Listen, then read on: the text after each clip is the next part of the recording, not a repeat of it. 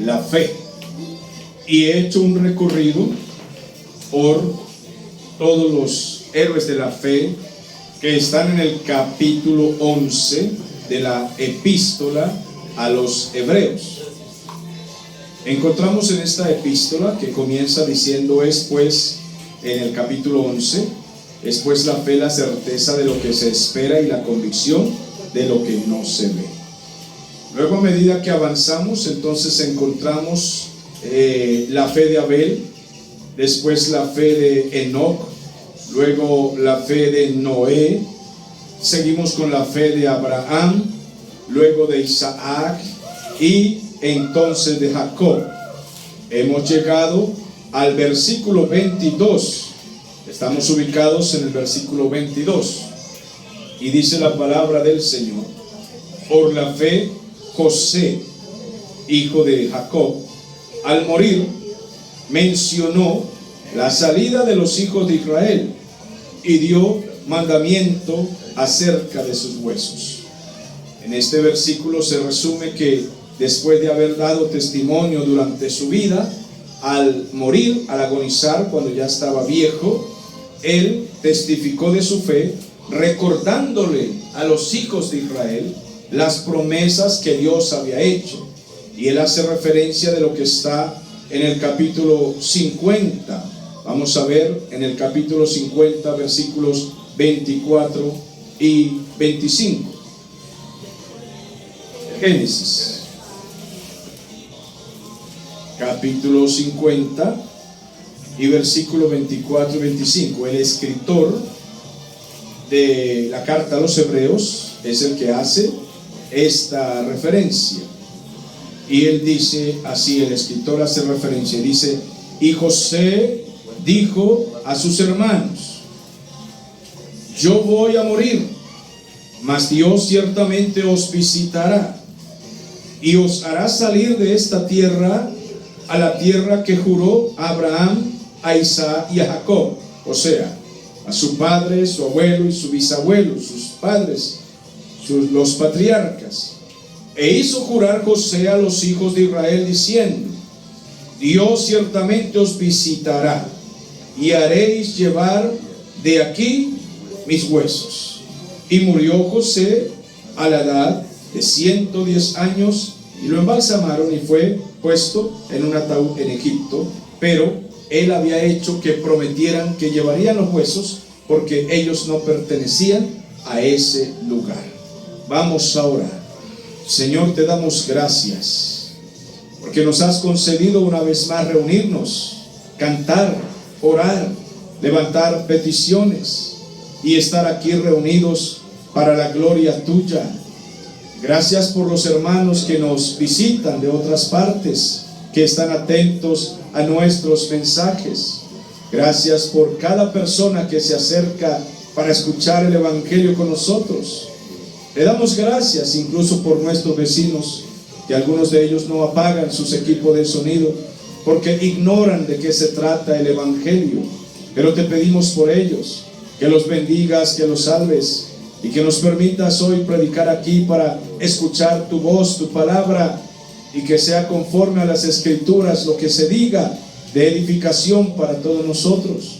Que haya sanidades, que haya milagros, que haya reconciliaciones, que haya matrimonios restaurados, familias, hijos que vuelven a casa, en el nombre de Jesucristo. Y decimos amén. Hoy entonces nos vamos a referir a la fe de José. Está José ya viejo, recordando los mandamientos de Dios y la esperanza por la cual él había obedecido a los mandamientos y las promesas que Dios había hecho a sus padres.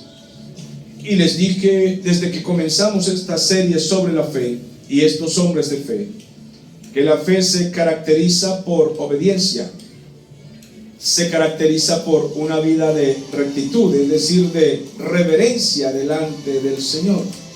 Si no hay obediencia, si no hay temor de Dios, si no hay reverencia, tampoco entonces es fe. Porque el mundo se jacta de creer, de tener un Dios o de creer en Dios, pero las obras, la vida que llevan, nos asegura claramente que la fe de ellos no es sincera, es una fe falsa, es una fe postiza, religiosa, supersticiosa, cualquier cosa se puede decir, menos una fe bíblica, cristocéntrica, totalmente basada en las escrituras, en las promesas de Dios, y tenemos que estar claros de esto. Ahora bien, aquí tenemos a José. Se nos hace en la carta a los Hebreos solo mención de un texto y de un acontecimiento de José, pero como ustedes han podido notar, yo he tratado de ampliar mostrando un poquito más de la vida de cada uno y no solo la característica especial que se nos haya mostrado. He tratado de hablar un poco más acerca de cada uno de los hombres que la Biblia menciona en el capítulo 11.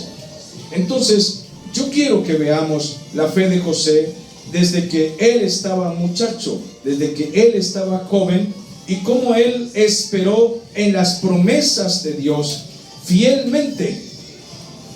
Dio instrucciones al final porque toda la vida él aprendió a confiar. La vida de José es un contraste con la vida de su papá Jacob. Jacob, el patriarca, les decía en la clase pasada acerca de la fe de él y la vida de él, que tuvo una vida de muchos tropiezos. Fue una vida con muchas trampas, con muchas cosas escondidas, con muchos choques de familia, enfrentamientos causados incluso por él. La vida de José en mucho es un contraste. Un muchacho que desde joven muestra sencillez, con las torpezas de un adolescente que pudo haber cometido, pero muestra su fe desde muchacho, y durante toda su vida nosotros lo que vemos en José es un joven, después un adulto y después un anciano ejemplar durante toda su vida. Es un hombre que pudo disfrutar de la gracia de resistir hasta el final creyendo y de resistir muchas cosas en el camino que vamos a ver al examinar la vida de José. Si no nos alcanza hoy el tiempo para ver toda la vida de José, no importa, vamos a predicar hasta que Cristo venga. ¿Cuántos están de acuerdo? Así de que no hay que correr. Vamos a revisar Génesis capítulo 37, porque allí comienza una historia que bien podía prestarse para las mejores actuaciones de teatro, de películas y todo eso que han intentado sacar, pero ojalá y no se salieran tanto del camino de la palabra, inventando algunas cosas que a veces son especulaciones.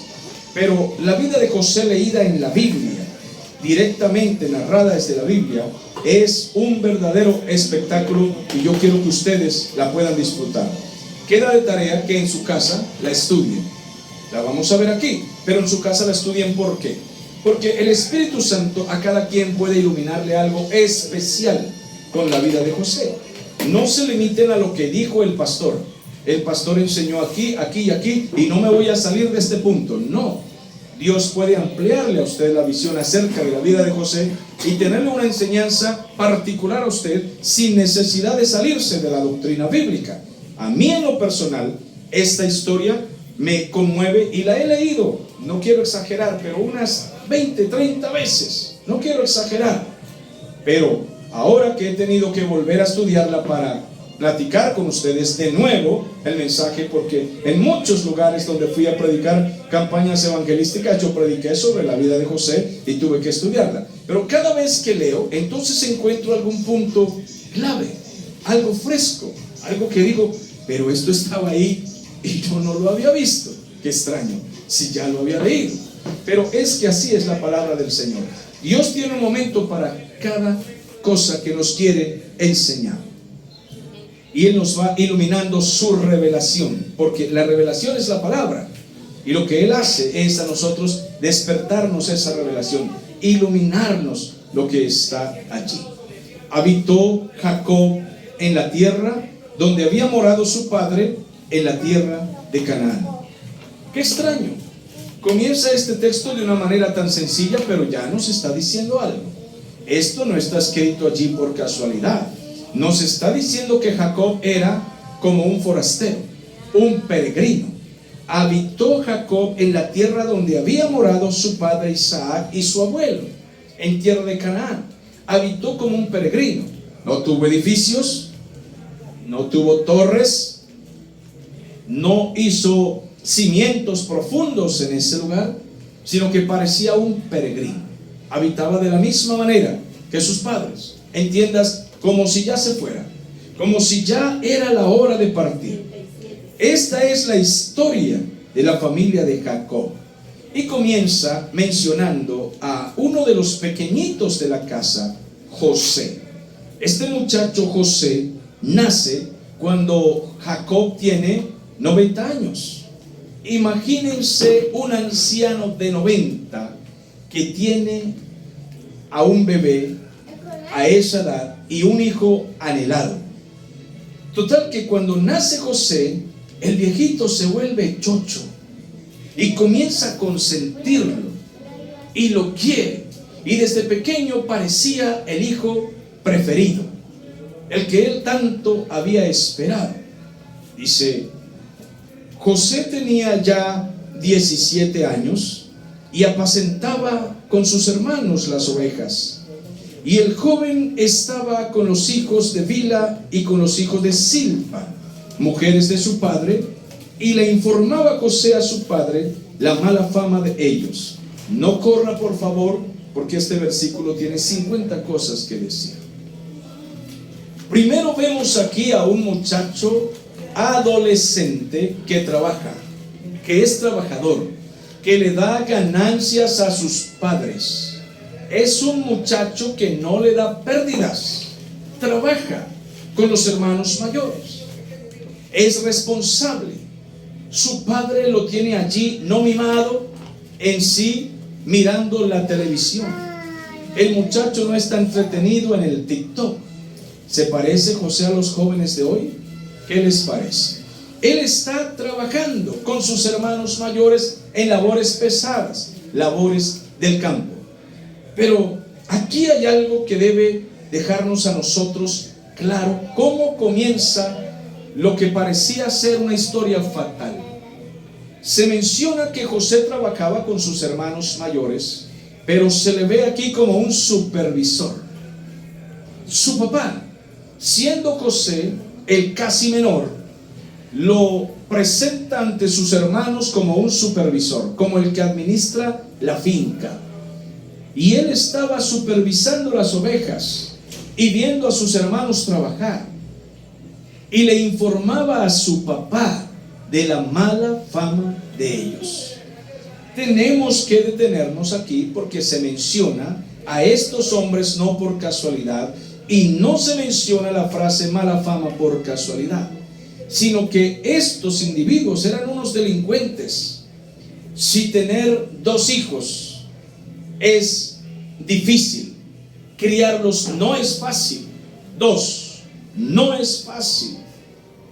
Los míos salieron buenos, no perfectos, buenos tipos, pero mis amados hermanos, criarlos fue un asunto de reto. Cuando ellos se descarrían y se creen guapos y quieren delinquir, toca enfrentarlos. Y yo no puedo negarle que hay épocas en la historia de la crianza de nuestros hijos. Eso sí voy a ser franco, y usted verá si me juzga mal. Pero yo no puedo negarle que en esa crianza hubo épocas en donde yo quería tomar una tabla y acabarles las costillas hasta que la tabla se acabara. Eso no es mentira. Y alguien, ¿cómo se le ocurre decir estas cosas? No, pues lo repito, quería acabarles las costillas, a ver quién podía más, si ellos o yo. ¿Por qué cuando los hijos se rebelan, este asunto se pone difícil? Cuando los hijos desafían la autoridad del padre, cuando los hijos desafían la autoridad de la madre, cuando los hijos se burlan de Dios o pretenden burlarse de Dios, cuando se van al mundo a coquetear con el diablo, cuando comienzan a voltear todas las enseñanzas que les dimos, comienza a dolernos el corazón. ¿Cuántos padres dicen amén a eso? Nos duele el corazón, nos hiere cuando se le dice a esa hija que esa no es la crianza que le dimos, y se enamora del primer guapetón que pasa por el barrio porque dejó el perfume regado. Oh, mis amados hermanos, y nos duele el alma, y comenzamos a luchar con esa hija, y de paso sale preñada. Cuánto dolor, cuánta tristeza, cuánta decepción, cuánta desilusión. Y el tipo resulta ser a veces un borracho, mujeriego, la golpea a nuestra hija. Cuánto dolor nos causa. Nuestros hijos se van al mundo a hacerle daño a otros, a hacerse daño a ellos, a dañarse la reputación, a dañar el testimonio de la familia, la reputación de la familia, a causarse males, incluso a dormir en la calle. ¿Cuánto dolor nos causa? Estoy hablando de dos. Jacob tuvo una docena y todos estos, casi la docena, eran criminales, pertenecían al tren de Aragua. Estos tipos eran Mau Mau. Estos hombres hijos de Jacob, con los que iba a nacer la nación de Israel, pertenecían a las bandas criminales. Tenían mente de asesinos, y no de asesinar a los perversos del mundo, de asesinar a su propia familia, a sangre de su sangre. No de asesinar criminales, que ya sería malo, sino asesinar a un pobre muchacho, adolescente de su propia casa. ¿Tendrían mente criminal? Esos eran los hijos de Jacob. Jacob no demostró tener demasiado carácter firme, no era capaz de controlarlo. Pero yo no me atrevo a criticarlo, porque podríamos decir: qué blandengue fue Jacob con sus hijos. Amados, si alguno de ustedes y yo hemos criado dos y algunos uno y no son capaces, ¿vamos a criticar a Jacob? ¿Qué les parece, padres de familia? Si a veces no somos capaces con una pulga, ¿vamos a criticar a Jacob, que crió una docena? ¿Cómo hacía él para controlar una docena de hombres fieros, indómitos, incontrolables? La misma Dina, que era la muchacha, le dio por salirse al barrio a buscar qué hacer en el barrio, como que si en el barrio hubiera cosas buenas que hacer. Voy a dar una vueltica, llego a medianoche. ¿Qué les parece? Y les causó un tremendo problema en casa.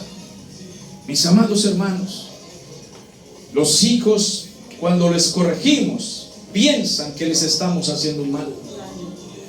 Cuando les cerramos la puerta de la calle a las 10 de la noche, ellos piensan que les estamos haciendo un mal. Cuando les prohibimos irse a pasar la noche en la calle, ellos se rebelan porque piensan que los tenemos sometidos. Yo fui un hijo así, rebelde, violento, como una mula indómita. No me controlaba nadie. Mis amados hermanos, por eso se menciona esto aquí, porque ahí es el comienzo de la historia que narraremos en cuanto a la fe de José. Y este muchacho fue escogido por su papá, quizás de manera profética, porque la Biblia no nos dice eso, pero podemos nosotros deducir al leer que él lo escogió como supervisor de sus hermanos, sin saber que sí lo sería. El papá no lo sabía, pero lo escogió como supervisor. Vaya y vigile las ovejas de sus hermanos, y mire a sus hermanos qué hacen, y viene y me trae la historia. Y él traía unos cuentos terribles que no eran mentira, de todo lo que esos pillos hacían en el vecindario, de cómo se comportaban. La Biblia no narra, pero cuando dice mala fama, póngale muchas cosas. Cómo se metían con los animales de los vecinos, cómo le ponían sobrenombres a las personas, cómo se burlaban de otros. Y Jacob no sabía qué hacer con esos muchachos. Y le decía a José: sigue informándome porque debo tenerlos vigilados. Además, Jacob guardaba en su corazón un recuerdo.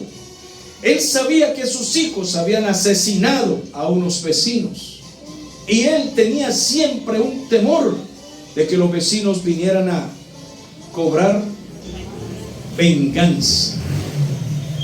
Ve y me trae la noticia de cómo están ellos, porque Jacob, anciano, él estaba ya temiendo que algo podía pasarles. Si tenía 90 cuando nació José, ¿cuántos años tenía Jacob aquí? Había superado los 100 años. Estaba muy anciano y cansado y seguía luchando y pensando qué pueda pasarle a mis hijos con la vida que ellos se han dado y con la mala vida que nos han dado en casa. Ve y me informas. Viendo sus hermanos que su padre Jacob lo tenía a él por alta estima, lo amaba más que a todos los demás hermanos, ellos le aborrecían, le odiaban, no podían hablarle nunca pacíficamente. ¿Qué pasó, consentido? Deja que te agarremos solo. Algún día te agarramos solo. A ver qué tan guapito eres, supervisor chismoso, lengua larga, el que le trae todos los cuentos a papá, ¿verdad? Tranquilo, un día de estos te cocinamos y te comemos. Pero José siempre pensaría que las ofensas de sus hermanos eran solo amenazas, que por ser sangre le iban a proteger, que por ser mayores que él le iban de alguna manera a defender de alguna fiera, de algún criminal, de algún vecino, de algún ismaelita, madianita. Él pensaba que lo iban a defender. Ellos estaban cocinando una trampa, ellos estaban tejiendo una red. José, en cierta forma, aunque tenía cierta picardía, él era ingenuo, porque él confiaba en sus hermanos. Él no pensaba que ellos se atrevieran de verdad a hacerle lo que le hicieron a los vecinos. Nunca pensó esto. Dice la Biblia que José entonces en esos días tuvo un sueño. Al levantarse en la mañana, aquí es donde digo que podía tener la picardía y la ingenuidad de un adolescente. Él se levanta y cuenta el sueño. Cuando ellos lo escucharon, le aborrecieron mucho, porque él dijo: muchachos, me he soñado que atábamos unos manojos en medio del campo, pero mi manojo se levantaba muy alto, estaba muy derecho, y los manojos de ustedes estaban alrededor del mío y se inclinaban. Los hermanos, llenos de rabia, le dijeron: ¿tú serás el rey de nosotros? ¿Tú serás el Señor de nosotros? Te odiamos, José. Tus sueños de hamburguesa gorda nos tienen cansados. Te vamos a picar en pedazos un día de estos. Estamos al borde con tus sueños. Pero José, en medio de su ingenuidad y su picardía, él tuvo otro sueño y comete un segundo error.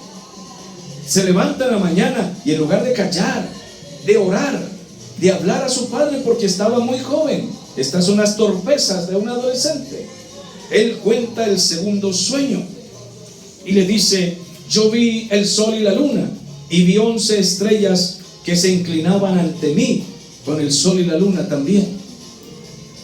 Ustedes imagínense una decena de hombres con espíritu de delincuentes que ven a su hermano menor todos los días decirles cosas que a ellos les suenan ofensivas.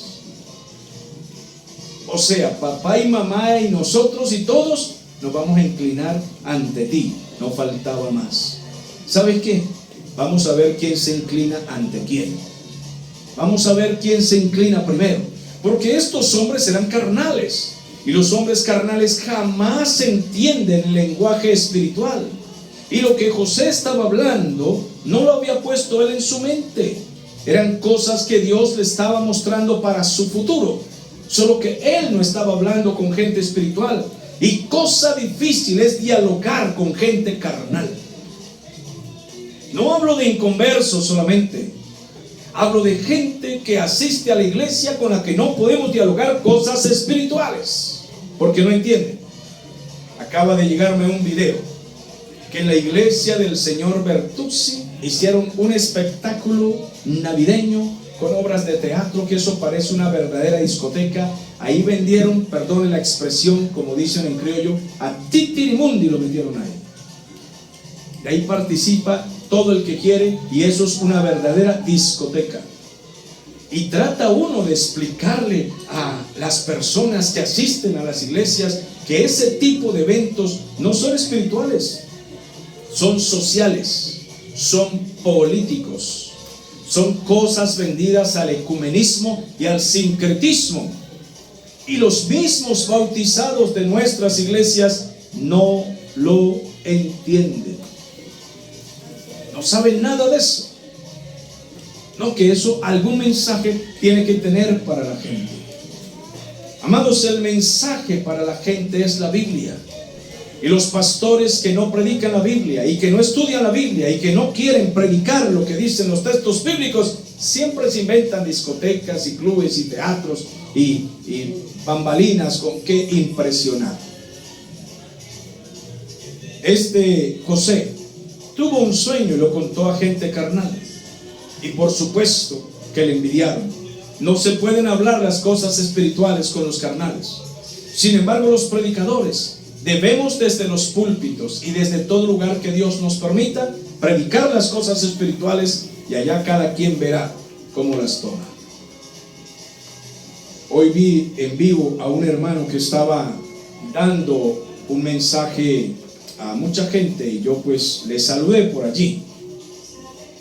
Y bueno, la referencia que él dio, debemos decirlo con mucha sencillez y humildad, pero él dijo: nos está saludando el evangelista Yair Cifuentes. Él estaba en vivo con gente que le estaba viendo, escuchando, y dijo estas palabras: este hermano Yair, que predica por la calle del medio, de frente, y no le tiene miedo a nadie para decir la palabra.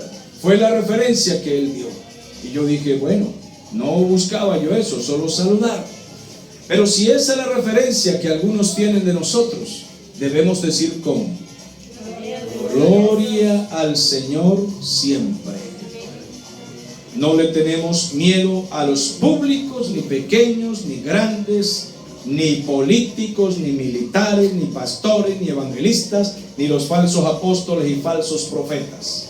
En una oportunidad estaba en un encuentro de iglesias donde me invitaron a predicar, y alguien me informó que acababan de llegar 4 apóstoles al evento. Yo no solté la risa, fue de milagro. Dije, wow, llegó Juan, Mateo, Bartolomé, Pablo. Yo no me reí de milagro, seguí predicando. Pero desde el público o desde el púlpito dije al público: y esta noche que están aquí estos señores apóstoles, que viven en sus oficinas blindadas, con sus buenas camionetas, no los hemos visto como Pablo en las calles y en las plazas predicando, al aire libre, llevando sol, sino bien acolchonados. Esperamos que ustedes, hermanos apóstoles, hagan el trabajo de los verdaderos apóstoles de Cristo. Eso me costó la cabeza en ese evento. Amados hermanos, pero alguien tiene que decírselo. Alguien tiene que decirlo. Alguien tiene que predicarlo. Nadie los toca, son los intocables. Acaban de enviarme un mensaje porque vino un hombre de África a Venezuela para hablar con el presidente de Venezuela, y llevar una comitiva de supuestos pastores que andan con ese fulano profeta de África. Ese señor de Biobur le dicen el profeta Elías, porque él dice que es el profeta Elías que anuncia la venida del Mesías. Y yo digo, ¿y quién se cree este tipo? ¿El profeta Elías? No me haga reír. Así está la situación, amados hermanos. Así están las cosas en las iglesias. Ese señor dice que es el profeta Elías. Otros se le arrodillan, le besan la mano. Él con su elegancia y su extravagancia haciéndose pasar por el profeta Elías. Y un montón de gente tonta siguiendo a ese señor, creyendo que de verdad es el profeta Elías. Así están las cosas. Pero nadie los toca, nadie dice nada. Son intocables. Cuidado, los ofenden, porque entonces los malos somos nosotros. Eso está sucediendo. Pues nosotros debemos, amados, perder todo temor. y decir las cosas espirituales a los públicos que quieran escuchar. En este caso, José le habló a carnales, y por hablarle a carnales, eso nos puede costar la cabeza. Nos pueden vender, nos pueden golpear, nos pueden meter en un pozo sin agua, como hicieron con José, en una cárcel, cualquier cosa por decir esto.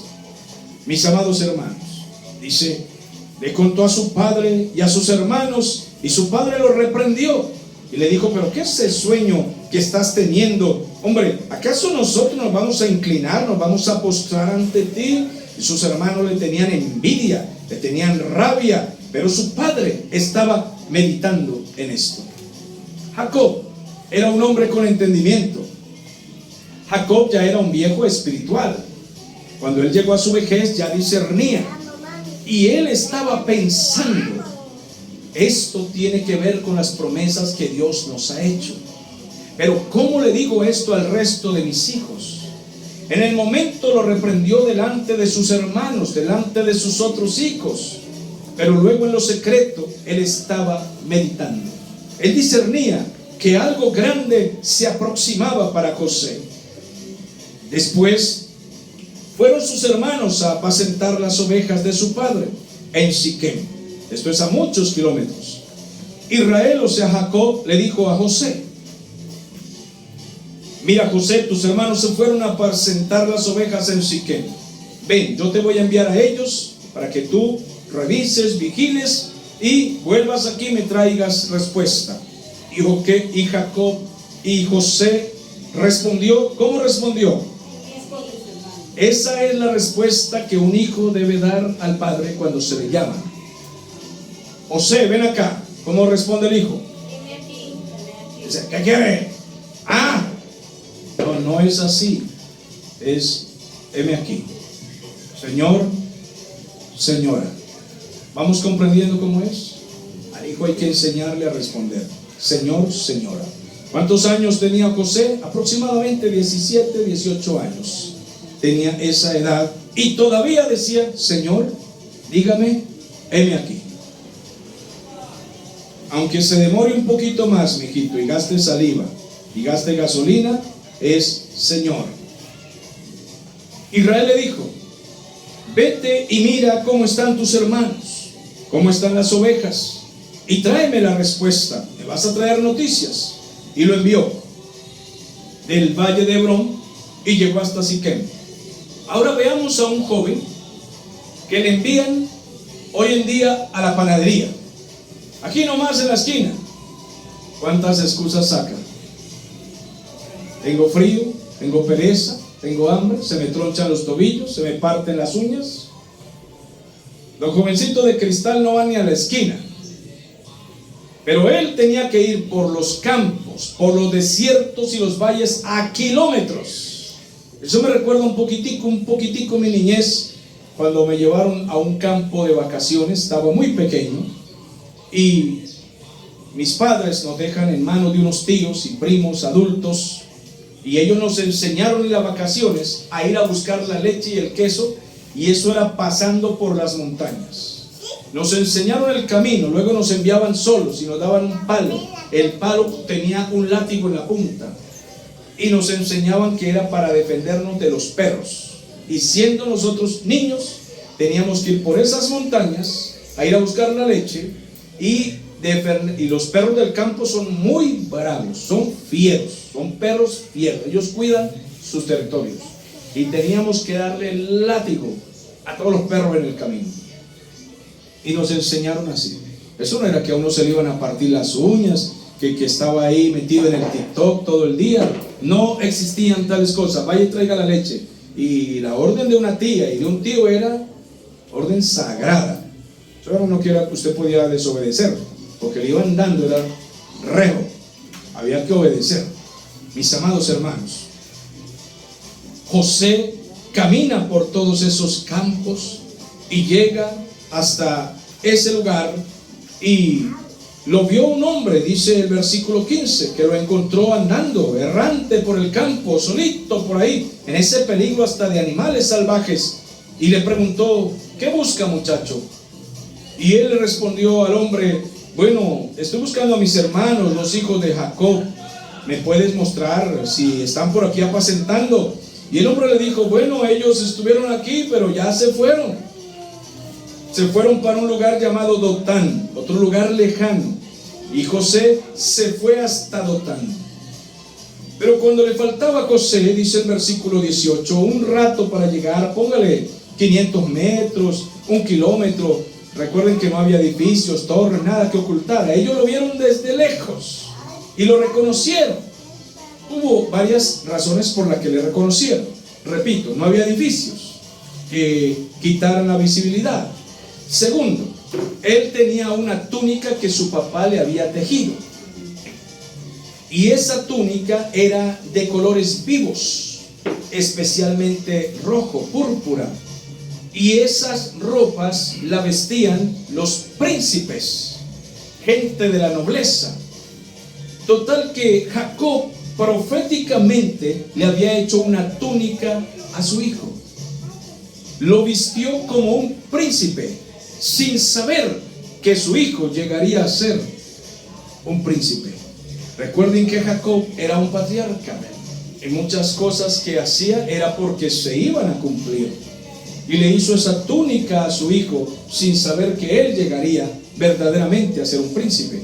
Sus hermanos lo odiaban cuando lo veían con esa túnica de colores, que no era la túnica rústica de ir a el campo a revolcarse en la tierra y en el pasto con las ovejas. Entonces le tenían rabia por esa túnica. Y cuando vieron los colores de la túnica venir desde lejos, dice, cuando ellos lo vieron, comenzaron a planificar y conspiraron contra él. ¿Para qué? Para asesinar a su propio hermano. Allá viene el pedazo de carne esa consentida de mi papá. Ahora sí lo tenemos solito. Se va a cumplir nuestro sueño. Amados hermanos, ¿cuántos en familia hemos tenido sueños? Nosotros nos criamos 6 varones. Y de niños hablábamos de lo que queríamos ser cuando grandes. Sueños que teníamos al crecer. Quiero ser esto, quiero ser aquello. Dialogábamos, a pesar de que peleábamos como hermanos, pero dialogábamos de los sueños que queríamos cuando fuéramos grandes. ¿Se imaginan ustedes los sueños que tenían los hermanos de José? Soñamos con matarlo algún día. Soñamos con asesinarlo. ¿Tenían el espíritu de quién? Quiero escucharlo. ¿De quién? De Caín. ¿Que mató a quién? A su propio hermano Abel. Ellos tenían el espíritu de Caín. Soñaban con matar algún día a su propio hermano. Así estaba Caín, soñando toda la vida. Algún día mato a este, ay, tan noble, tan obediente, tan bueno que es con mi papá Adán y con Eva. Algún día lo matamos, algún día lo mato. Y estos eran iguales que Caín, algún día lo matamos. Puros Caínes. Entonces el uno al otro le decía, ahí viene el soñador. ¿Qué significa el soñador? ¿Es el nombre o el qué? El apodo, el sobrenombre. Ahí viene el soñador. Era un nombre profético, pero ellos lo desdeñaban. El soñador. Vamos a ver si se le cumplen sus sueños. Ahorita lo matamos. ¿Y dónde quedaron sus sueños, señor soñador? ¿Sabe qué es triste?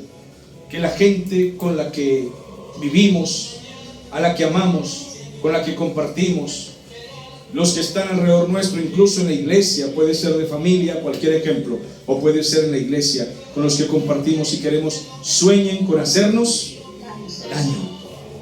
daño, que quieran que nos muramos. Ojalá y se caiga, ojalá y se desgracie, ojalá y le pase algo. Vamos a ver el día que caiga, a ver dónde le quedan sus sueños. Qué terrible es que haya gente a nuestro alrededor de la que le tenemos cariño, que quiera hacernos daño. Estos soñaban con dañarle. Vamos a ver, matémosle, echémosle en una cisterna y luego le decimos a mi papá que se lo tragó un alacrán, una araña, una bestia, un cocodrilo, una serpiente, que le ahorcó una boa, una anaconda. Alguna cosa le decimos a mi papá, que salió un tigre y se lo tragó, pero matémosle, que no vuelva a casa este principito. ¿Se imagina cómo ellos lo tratarían con tanto odio? ¿Se imagina la amargura que cargaban estos muchachos toda la vida? Cuando Rubén el mayor escuchó esto, lo libró de sus manos y dijo: no lo matemos. Pero quiero decirles que Rubén no tenía la autoridad. Rubén no tenía la autoridad moral para defender a José. Sus hermanos no le creían, ellos eran violentos, y él solamente intentó a duras penas librarlo, pero no fue capaz, porque uno sabe cuando en la familia tiene gente agresiva, y él sabía que no podía con sus hermanos, pero le dijo: no vamos a derramar sangre, más bien para librarlo dijo: echémoslo en esta cisterna. Ahí era un lugar donde había agua, pero esa cisterna que estaba en el desierto no tenía agua, y dice: no pongáis mano en él. Así él quería librarlo de sus manos para hacerlo volver a su padre. Sucedió pues que cuando llegó José a sus hermanos, ellos quitaron a José su túnica, la túnica de colores que tenía sobre sí. ¿Ven ustedes el odio que tenían contra la túnica de príncipe? Se la quitaron. Venga para acá su túnica, principito. Entre todos, él no podía luchar contra ellos. Le tomaron, le echaron en la cisterna, pero la cisterna estaba vacía, no tenía en ella agua. Se sentaron a comer pan. Yo quiero que usted piense en unos criminales que están haciendo un daño tal en el desierto. Tirar a ese muchacho allá y luego sentarse a comer como si no está pasando nada. ¿Con qué tranquilidad? Y en ese calor tan terrible. Y el desierto tiene esas cualidades, que de día hace un calor abrasador y de noche un frío tormentoso. Ese es el desierto. Y allí le tomaron de esa manera. Se sentaron a comer pan, pero de pronto alzaron sus ojos y miraron y vieron una campaña o compañía de familiares de ellos. ¿Quiénes eran? Los ismaelitas eran los hijos de Ismael. Ismael era el hijo de Abraham. O sea que esa gente era un familiar de ellos, pero no se hablaban entre sí, no tenían muy buena relación.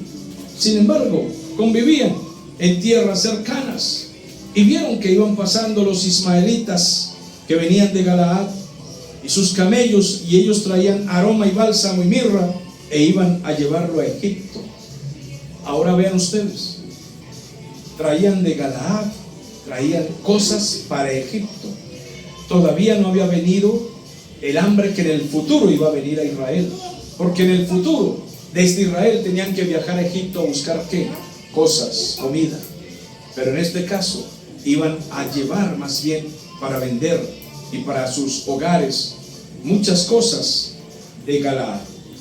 Entonces Judá le dijo a sus hermanos: bueno, pero ¿qué provecho hay en que matemos a nuestro propio hermano y luego vamos a encubrir su muerte?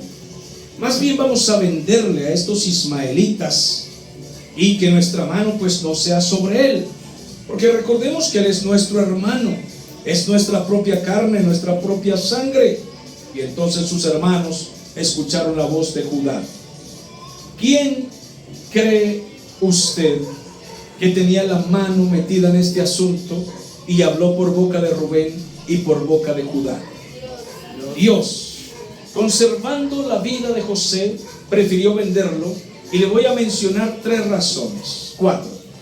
En primer lugar, Dios envía a José hacia Egipto para librarlo de la mano de sus hermanos. 1, porque sus hermanos en algún momento lo iban a asesinar y ya era justo, y Dios se lo quita a ellos para enviarlo a otra nación, para que ellos no le hicieran daño, porque ya el plan satánico estaba contra José. Segundo, Dios lleva a José a Egipto porque lo va a procesar. Porque nadie, absolutamente nadie, llega a cumplir los propósitos de Dios siendo una muñequita de torta consentida. No, señor. Un muñequito de cristal. No, señor. Cuando Dios va a usar a alguien con su poder y quiere usarlo para sus fines, cualquiera de ustedes, Dios primero lo va a llevar a sufrir, a procesarlo, a molerlo, a hacerlo llorar, a hacerlo sentir solo, desilusionado, decepcionado, traicionado, castigado. Dios lo va a moler, y después de que lo muele y lo hiere y lo golpea y lo abate, el Señor dice: yo abato y yo levanto, yo hago descender al Seol, pero también hago subir al cielo. ¿No es maravilloso el Señor? 3. Dios, aunque le causa un dolor a Jacob, Dios en el futuro le va a dar una alegría a Jacob, porque más dolor era que sus hermanos llegaran a asesinar a José. Y el anciano de casi 110 años iba a sufrir demasiado. Así de que va a sufrir un poco, pero luego le va a dar una alegría muy grande. 4. Venía un hambre para el futuro, y Dios convertiría a José en un rey, en un príncipe mundial, para sustentar las naciones de entonces, y entre esas estaba Israel. Y esa hambre que venía en el futuro sería sustentada por la sabiduría de Dios en José. Por tanto, lo lleva a esa tierra para convertirlo en un rey, y en el futuro darle de comer a la nación que Dios fundaría con esta familia. ¿Es sabio nuestro Dios? Él tiene todo bajo control. Permítame decirle a ustedes, cuando les pasen desgracias, en lugar de estar preguntando ¿por qué? ¿Por qué? No, ore y diga: Señor, ¿para qué es esto? ¿Cuál es el propósito? ¿Para qué me estás moliendo, preparando? Aquí estoy. Porque comenzamos a quejarnos del por qué y queremos adivinar el por qué, pero no le sacamos provecho al por qué, le sacamos provecho al para qué sirve. Porque a los que aman a Dios, todas las cosas les ayudan a bien. Estamos aprendiendo. Alguien de la gloria a Dios. Por el momento demos un aplauso al Rey de Gloria.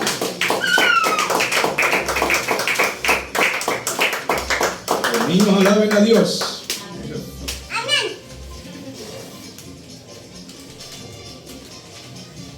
Cuando pasaron estos madianitas, los mercaderes por allí, sacaron entonces a José de la cisterna, lo trajeron arriba y se lo vendieron a los ismaelitas por 20 piezas de plata. Y estos llevaron a José a Egipto. Vendieron a José como el que vende un perro, por ahí un perro fino. ¿Qué les parece? Ninguna plata que los iba a hacer ricos, nada que los iba a hacer millonarios, porque tampoco consideraron que José valía mucho. ¿Qué puede valer José? Odio es que le tenemos. Ese valdrá lo que vale un burro. Así es de que vendámoslo como si fuera un burro, una vaca, un asno y más nada, y que se lo lleven. Cuando José iba yéndose, ahora quiero que se imagine usted a los hermanos de José mirando y riéndose y diciendo: ajá, ¿y los sueños? ¿Dónde quedaron los sueños? Amados, dejemos que la gente se ría de nuestros intentos. Nosotros intentamos sacar adelante una iglesia que predique el evangelio, una iglesia que sostenga la doctrina, una iglesia que no se desvíe del camino, pero es una iglesia que crece lentamente. Así de que es una iglesia que puede causarle risa a los egolátricos, a los vanidosos, a los que crecen rápido en sus discotecas. Nosotros no estamos discutiendo, o más bien compitiendo con nadie.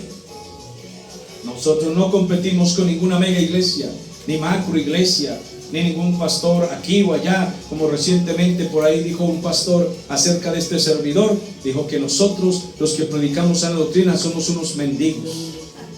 Amados hermanos, que no tenemos nada. Así se expresó, que no tenemos nada. Bueno, piensan que no tenemos nada, piensan, pero esa expresión es envidia, porque tenemos algo que muchos no tienen: la gracia de Dios, la unción, la verdad, el poder de predicar la palabra del Señor. Así es que usted alabe a Dios y glorifique a Dios. Y cuando le pregunten dónde se congrega, amado hermano, diga: en la casa de mi padre, una iglesia cristiana bíblica. Y dígalo con honor, con dignidad y con humildad. Mucha humildad, pero dígalo con gozo. Haga de cuenta que aquí hay cientos y miles. ¿Por qué? Porque aquí están los ángeles del Señor y está la presencia del Espíritu Santo. Mientras tengamos a Cristo y prediquemos su verdad, lo tenemos todo. Alabe a Dios, hermano. Lo vendieron y se reirían de él cuando se fue. Adiós, sueños, soñador. Chao. ¿Dónde quedaron tus sueños, soñador? Aquí está tu túnica de príncipe. Se fue José llorando, triste, decepcionado. Me traicionaron mis hermanos, me golpearon ellos mismos, los que debían cuidarme y protegerme. Amados hermanos, cuánto duele eso. Después Rubén volvió, no sé a dónde se había ido Rubén. Vino a la cisterna para ver a José y no estaba, y rasgó sus vestidos. Ven ustedes que este era el primogénito, pero no tenía autoridad moral sobre sus hermanos. ¿Se dan cuenta? No tenía capacidad ni autoridad para reprenderlos. No la tenía. Sus hermanos se burlaron de él. Le dijo a sus hermanos: no está José el joven, no aparece. ¿Qué haré yo? ¿A dónde me voy? Soy el mayor de la familia. Yo tengo que rendir cuentas a mi papá. ¿Qué voy a decirle? Los demás no le dijeron nada. Entonces ellos tomaron la túnica de José, degollaron un cabrito de las cabras que vino a pagar el pato de esto. ¿Qué les parece? ¿Ah? ¿Sí ve que el inocente paga por el culpable? ¿Qué culpa tenía el cabrito? Degollaron un cabrito que no tenía pelas en esto. Venga para acá. Y lo asesinan sin tener nada que ver. No era un sacrificio santo, era un sacrificio profano. ¿Lo están entendiendo? Porque no era para el perdón de los pecados, entiéndanlo. No era para el perdón de los pecados, era para cubrir mentiras. Hay sacrificios que son para cubrir mentiras. Hay cosas que se hacen para cubrir mentiras, porque una mentira tiene que llevar a otra, aunque haya que matar a quien sea y derramar sangre, pero hay que seguir cultivando la mentira. Esos son los mentirosos. Degollaron un cabrito para cubrir su falsedad, su crimen, y mancharon las túnicas con la sangre. Enviaron la túnica de colores y se la trajeron a su padre, que eso era una burla. ¿Cómo podrían burlarse de su papá así? Sin afecto natural. ¿Van entendiendo? Sin afecto natural. Unos tipos implacables y crueles. Gracias a Dios que los del Tren de Aragua no los conocieron a ellos y no los contratan. Terrible. Todo esto le hicieron a su hermano y le hicieron a su papá de 110 años. Terrible, terrible. Y dijeron: bueno, esto fue lo que encontramos, papá. Reconoce si esta es la túnica de tu hijo, no de nuestro hermano, ¿no? No de nuestro hermano, sino de quién? De tu hijo. Mira a ver si es o no. Y él toma la túnica, él sabía, él la había hecho. Y dijo: esta es la túnica de mi hijo José. Alguna mala bestia lo devoró. José ha sido despedazado. Quiero que se imaginen al anciano llorando, sin consuelo. Sin consuelo, con qué dolor tan terrible en su mente. Él veía el cuadro, él veía la bestia con las muelas clavadas, con los dientes clavados en el cuello de su hijo, presionando, y su hijo pidiendo auxilio. Y él en la mente veía ese drama, y su hijo gritando: alguien ayúdeme, y nadie pudo librarlo. Eso se imaginaba Jacob y lloraba por su hijo.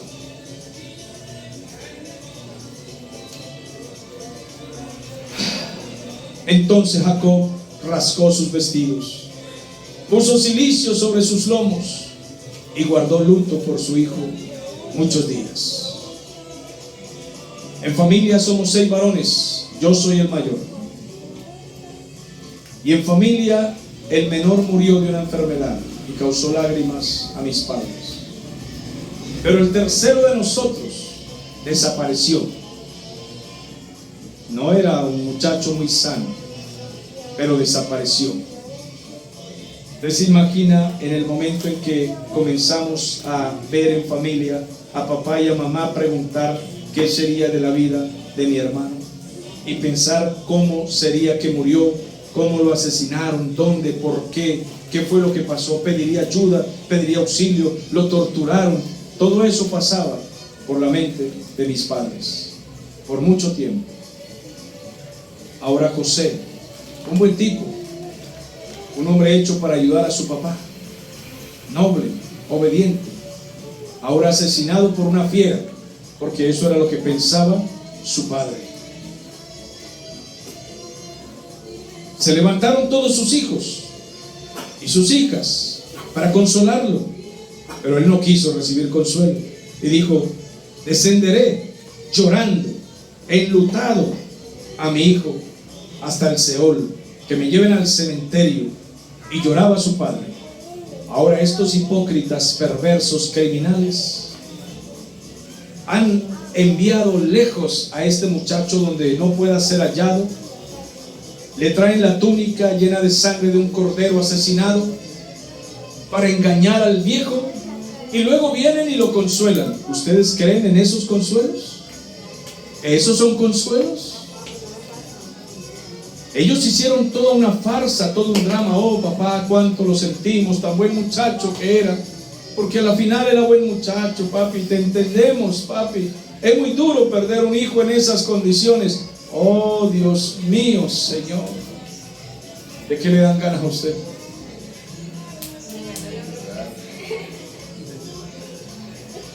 Yo no solo quiero llorar, yo quiero agarrar una tabla gruesa